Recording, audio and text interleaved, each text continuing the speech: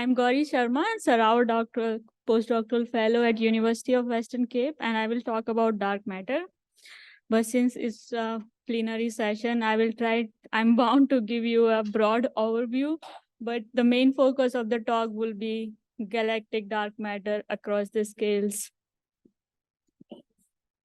Okay, great. So let's get started. Okay. So we astrophysics community, we started seeing the hint of dark matter from very beginning of 1900.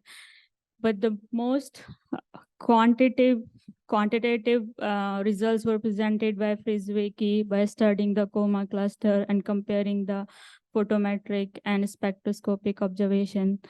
But the the most robust results came from the study of rotation curves of nearby galaxies presented by Rubin in 1970s.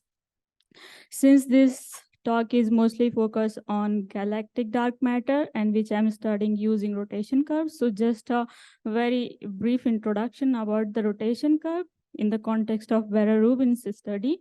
So here you are seeing this velocity. This is not okay, maybe this way. So here you are seeing the velocities as a function of radius. So this velocity profile we refer to as rotation curve, and in the inner region, the velocity in the inner region of galaxies is estimated using the stellar motions, and in the outskirts we use estimated using the gas motion. And she combined these two studies and showed us that the velocity profiles are extended up to 3 times the stellar distribution or the light distribution in these galaxy. And even if we map full neutral hydrogen around there, it is very difficult to explain the kinematics of galaxy using the traditional Newtonian dynamics or Keplerian motion there. So these results have shown us that we require an additional halo component which is filled with dark matter, and then the dark matter actually really became a very hot topic among the researchers. And this finding also coincides very well with the CMB observation, which gives us the cosmological content of dark matter in the universe, and also theoretical predictions of larger scale structure, as well as the observations of large scale structure. And also gravitational lensing cannot be explained without dark matter. So it's all fine. We using dark matter fraction or dark matter itself or halo itself, we could explain a lot. But the question that we are chasing is, what is the nature of dark matter? So in front of us, there are a lot of propositions, like a lot of them. Here I'm mentioning like two broad categories. So nature of dark matter could be explained by assuming some modifications in the gravity, and there is like really a lot of candidates for particle dark matter also. So very briefly on both aspects, just one statement. So in modified gravity, we are not able to explain the cosmological probes, and this is why it's not very much acceptable these days. Mond community is trying to explain the cosmological behavior, but it's not up to the level where cold dark matter could do. And when we talk about particle dark matter, there are a lot of candidates, but all of these explains like the observables coming using these different probes, different particle nature, are indistinguishable at the cosmological scales. So we are not able to distinguish which nature of particle works very well. So now the question is, where shall we look for dark matter and how shall we look for it? So there can be disagreement with my thought, but what I believe is the galactic scales where most of the strong correlations as well as discrepancies are found. So this is where we should look.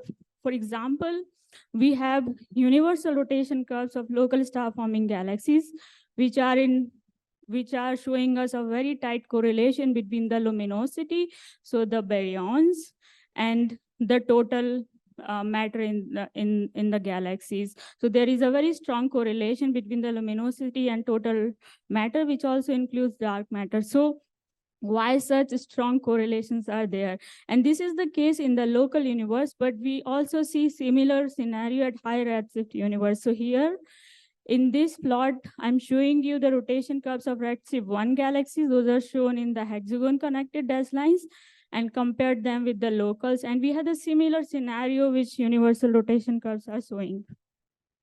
So now it is for us to understand like whether these strong correlations are only due to the gravitational, can we explain just by gravity, or do we need some change in our current cold dark matter paradigm?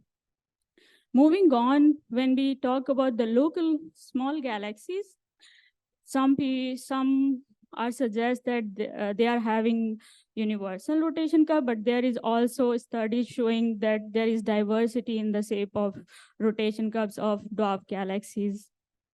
So why these discrepancies are there? We understand this problem since 2000, but until recently we didn't have the solution. So let's just look into this problem, like how people are trying to solve this diversity problem in on galactic scale. So in this plot here, on the y-axis, you have circular velocity of galaxy within 2 kiloparsec. And then we are comparing it with maximum velocity of galaxy. So what this group is tried doing is to compare the inner and outer circular velocity of galaxies in dark matter only simulation. And they found a very strong correlation between these inner and outer velocities. But when you go to the observation in the bottom panel here on the left, you see that there is diversity in the, so discrepancies between the inner circular velocity and outer circular velocity. And since this 2 kiloparsec region is the region where baryon dominates, so the first thought is that it is impacted by the baryon physics. So probably in dark matter only simulation, we need to include the baryons. And they tried doing it. So here in the upper right panel, you see, they added the hydrodynamics and studied the same effect, but they could not identify. So at that time, it felt like probably baryons are also not solving the problem. So we might need some other type of particle, dark matter particle. But very recently, as I told earlier, that they try to understand their simulations very well. And they try putting the simulations on same footing as observations. So they made the mock observations from simulations, included the pressure support, and then they have seen that the diversity problem can be explained by using by analyzing the simulations similar to the observations. At the same time, they have also shown that the current kinematic modeling techniques that assumes the spherical symmetry or dynamical equilibrium and often discuss the non-circular motion or intergalactic in bins and outflows, inflows, they are not able to predict the kinematics very well. So this is, so from this study, the good news is that hydro simulations are working well, seems to work well. So now the other question is, can this hydro simulation also help us understanding the long-standing problem of core and cusp? How, because it's exactly the same, right? Is the inner region where the baryons impact, and cusp core problem also lies in the inner region, right? So how it could be done? Just a simple concept here. I don't know what happened. Okay.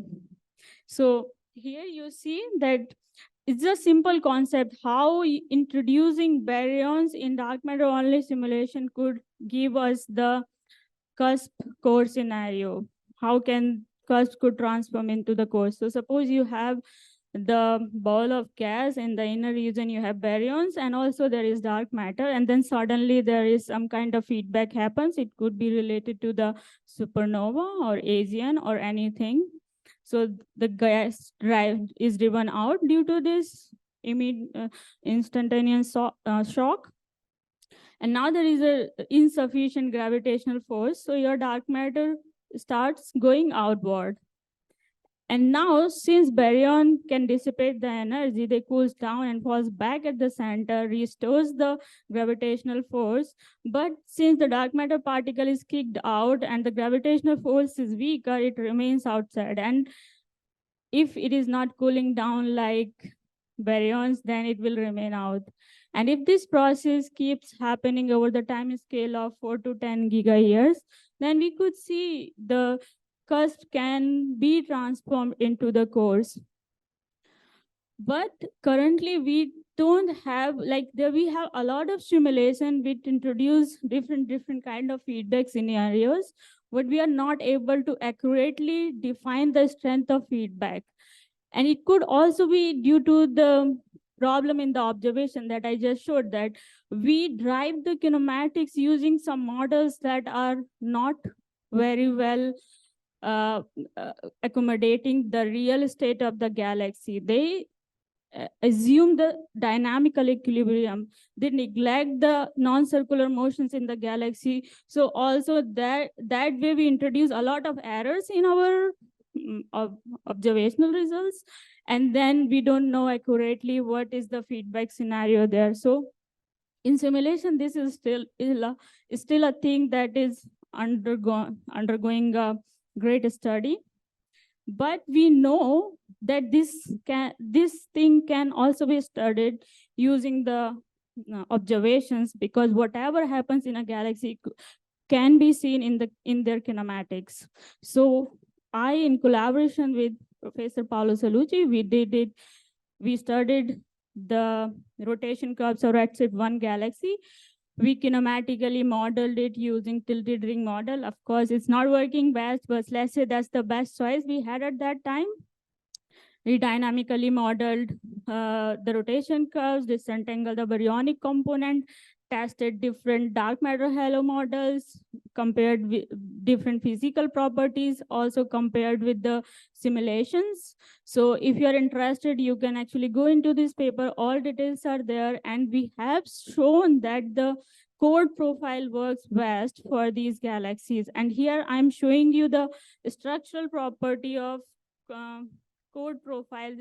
So it's the inner density, inner radii, and the bottom panel inner density as a function of circular velocity.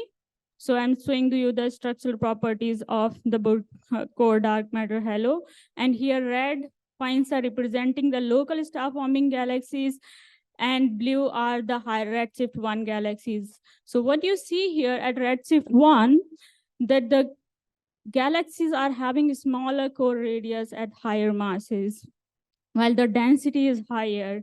So you see that with time, there is seen a kind of expansion in the dark matter halos, but the error bars are larger, so we could not certainly say whether it is coming from the feedback or it's due to the nature of dark matter. So this work is still in progress, and I am trying to study it using I broadened my sample of galaxies up to 300 galaxies now, spanning the redshift from locals to redshift 2.2. And we are trying to look into this problem with some collaborators. So this is still an open question. And simulators are also trying very best to understand these observations. So yeah. Moving forward, we also have very strong scaling relation that we find in the locals as well as higher redshift. But at higher redshift, we see higher scatter. So this thing is still not very well understood. Especially in the simulation, we haven't explored these scaling relations at higher redshift, and we don't know what's the reason of this scatter, very clear reason of this scatter. And can these relations be explained by the nature of other dark matter particle? We haven't tried doing it yet. So this is also an open question there. Now I'm moving forward to the most hot topic of this decade, I must say, the low dark matter fraction in the inner region of galaxies. So first question is why we are interested in studying the dark matter fraction at higher redshift. So the answer is simple, right? Because if you compare the dark matter fraction in the inner region of galaxies with their outskirts, and if you find the lower dark matter fraction in the inner region, then it can be attributed to the cusp core problem, right? If you have low dark matter fraction in compared to the outskirts, then you are having a constant dark matter density profile. So this is why we are interested in this. But the point is, do we really see this much low dark matter fraction in these galaxies? We had a sample, so we tried looking into this problem. And unfortunately, we haven't seen that. So here, let me explain you this figure first. So here is the dark matter fraction within the effective radii of galaxies as a function of stellar mass. And all these data points are color-coded for the redshift. And the bin data points are here in the hexagons. And the comparison sample of previous study is shown here in different symbols color-coded for redshift. As you could see that the dark matter fraction for all the stellar mass range in our sample does not go below 20%. So we do not see actually the problem of low dark matter fraction, very low dark matter fraction in the inner region.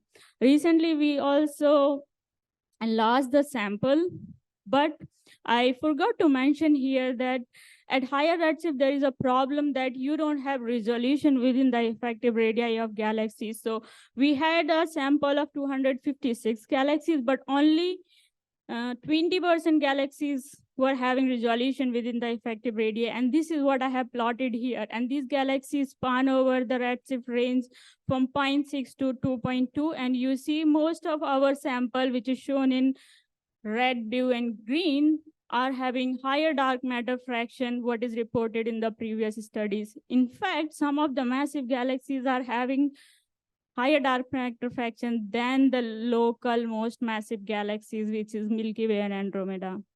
So this study is going to come out soon, and I added this plot just last night.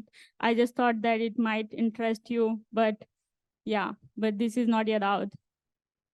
We also studied the dark matter fraction in the outer radii. So this is dark matter fraction as a function of stellar mass, and this dark matter fraction is within the R out. So it's roughly 3 times the effective radii. And you could see that most of the galaxies are dark matter dominated. So we did not see actually the low dark matter fraction, at least with mostly resolved galaxies in our sample. However, as you could see that the error bars are huge there. So but these error bars are also similar to the previous studies. So we are quite on the same place, but it's just the dark matter fraction is off from them. That's it.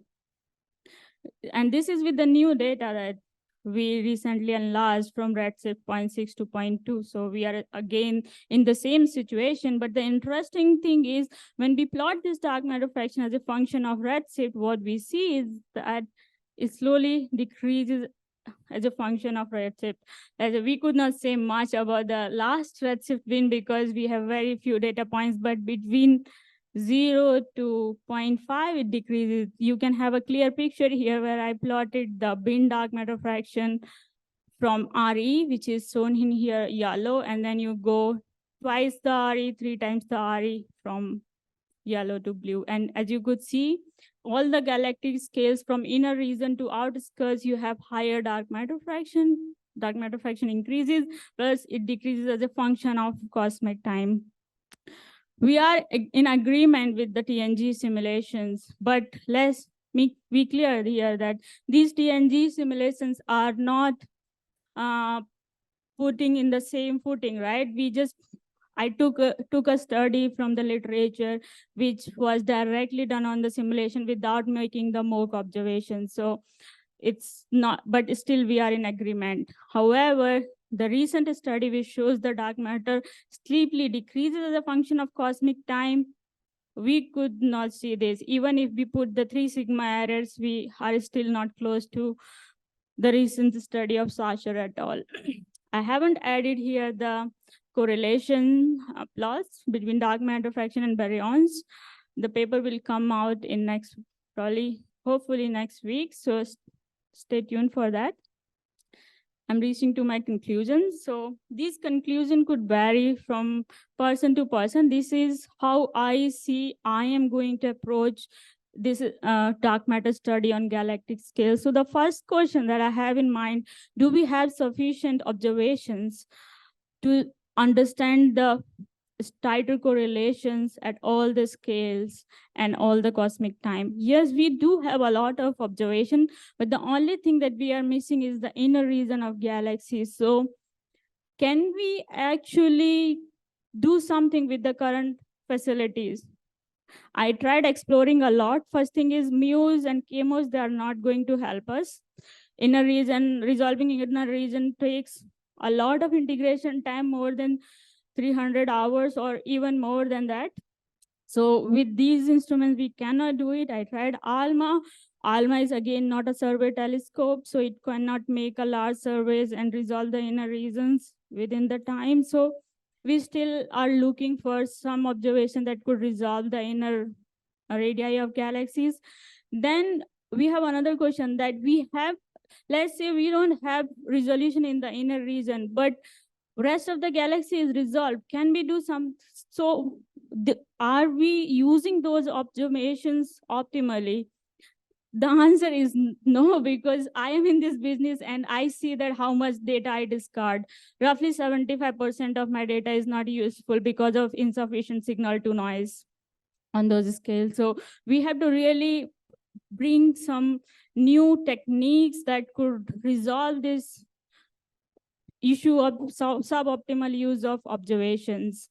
For example, machine learning that I was hearing all this week could help a lot.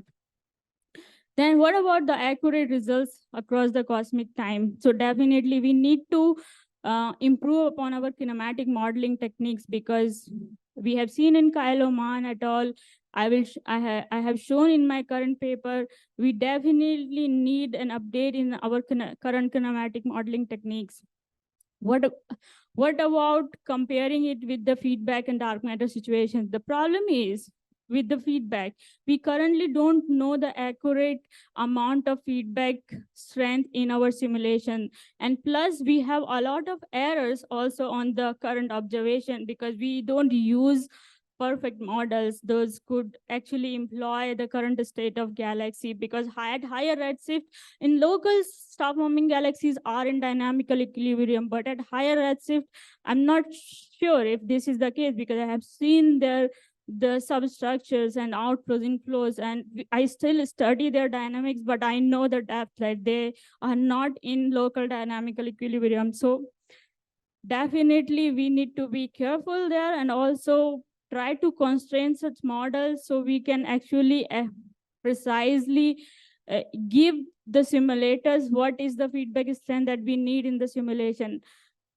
And if feedback is not the thing, then we could also try to answer this using alternative simulations. But the point is, we don't have enough large suite of cosmological simulation of alternative dark matter models. There are very few simulations, and they are zoomed in on few 2-3 galaxies. So there is a lot of improvement that is needed. And these are the things in my mind that I am going to look in next 5 years. Having said that, in this conference, we are going to tackle these issues, and this conference is sponsored by IAU General Assembly and supported by junior research members and Women in Science of IAU groups. So please, if you are interested, please scan the barcode, look at our website. In this conference, we are trying to tackle most important question from the scale, from the observations to the instrument, including particle nature of dark matter, how close we are in understanding the nature of dark matter and what are the requirements. So these are the kind of questions we are going to answer or probably tackle or discuss in this conference. So please visit, and the registration lines will be open late in September, and there is funding from IAU for young researchers. So please have a look, and after this, I leave you with my conclusions.